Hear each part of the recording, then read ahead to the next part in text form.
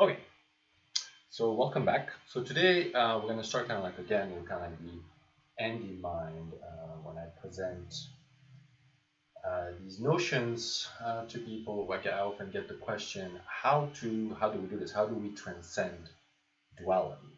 And how do we manifest and consciously and um, how do we create consciously a new system that basically goes beyond the current paradigm of that's driven by narratives of fear, narratives of scarcity, and narratives of pride.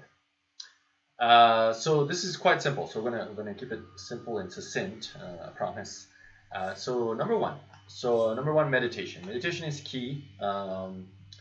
Just breathing to your dantian, your lower belly, and developing both the shamatha practices, the mind quieting, and then the vipassana practices, the investigation.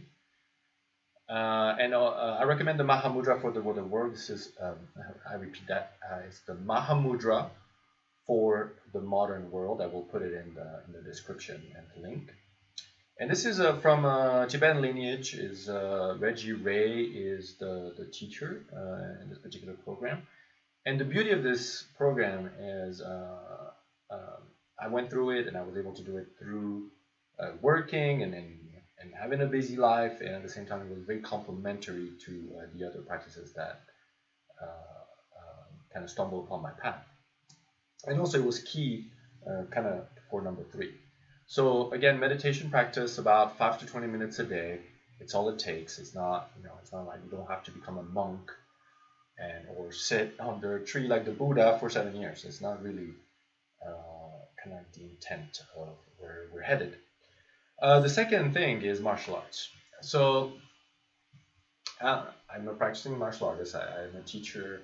I have the title of Shifu in the 8-step praying mantis system um, and Shen style Tai Chi. And I've been a practitioner since about 9 years old for different martial arts, ninjutsu to begin with, white crane long fist, compete in Muay Thai, dabbled in capoeira a little bit. So kind of like again, master of none, just dabbling until I kind of fell in love with the 8-step praying mantis system, and kind of yeah. Anywho, so martial arts. So why martial arts? So again, this is not this is I want to differentiate martial arts with combat sports. This is not really to become a contender or compete, or here is to develop a healthy relationship with competition. What does that mean? So that means that we have these tendencies in us, obviously, because the way we have developed is we reward results, or we reward success. At the same time, internally, we have internalized the opposite. So we have internalized failure, and we have internalized um, not getting there, not being the loser. So we are winners. All of us are winners. And martial arts, what martial arts help to explore is having a healthy relationship with the opponent, and the opponent can be your own thoughts. Your opponent can be your external life. It can be your spouse. It can be your boss. It can be external factors. But at the end of the day, it's your own relationship to the internal energies that will really kind of shepherd and um, will influence the way we behave with the external world. So if we're troubled inside, it's very difficult. It can be done. It's very difficult to have a harmonious relationship with the outside. So the goal again is here, it's harmony. And then the last thing is ayahuasca. Initially, I was just gonna say psychedelics. Yes, psilocybin and mushrooms are medicinal, and in the right circumstance can have similar, very beneficial effects. I find them to be whimsical. At the same time, that said, although after the ayahuasca experience, they became very medicinal. There was a different relationship with mushrooms that had psilocybin in them. And then LSD. Well, I think there's a big talk right now about macrodose, and obviously, with the divulsion of Steve Jobs having been a big user and in the Bay Area, obviously there's a lot of LSD. My personal relationship to it has been very limited, and also I find it that it's helpful for digital media, like computers or video and stuff like that. It's just not that I feel useful for nature. So I feel it can be used as a medicine and as a tool to kind of like communicate as we engage more with these really rapid technologies and as we go faster in the digital realms. At the same time, uh, right now it feels like we need to get back in touch with our nature.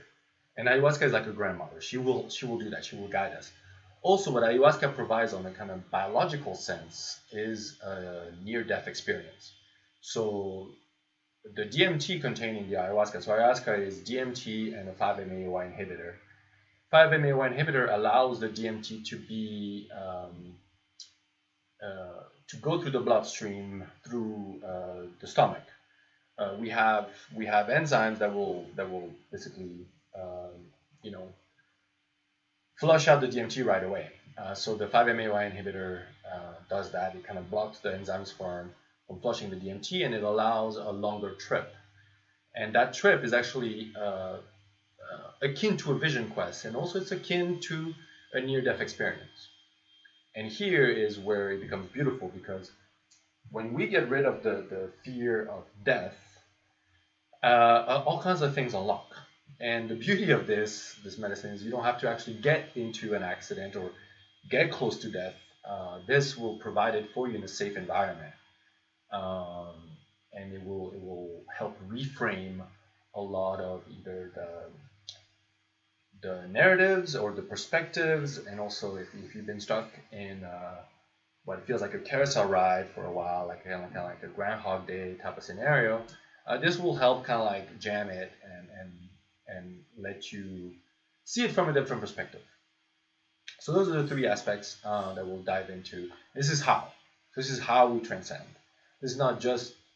There's many ways to do it, but this is from my direct experience the fastest way. So thank you for watching, and there's more coming. Stay tuned.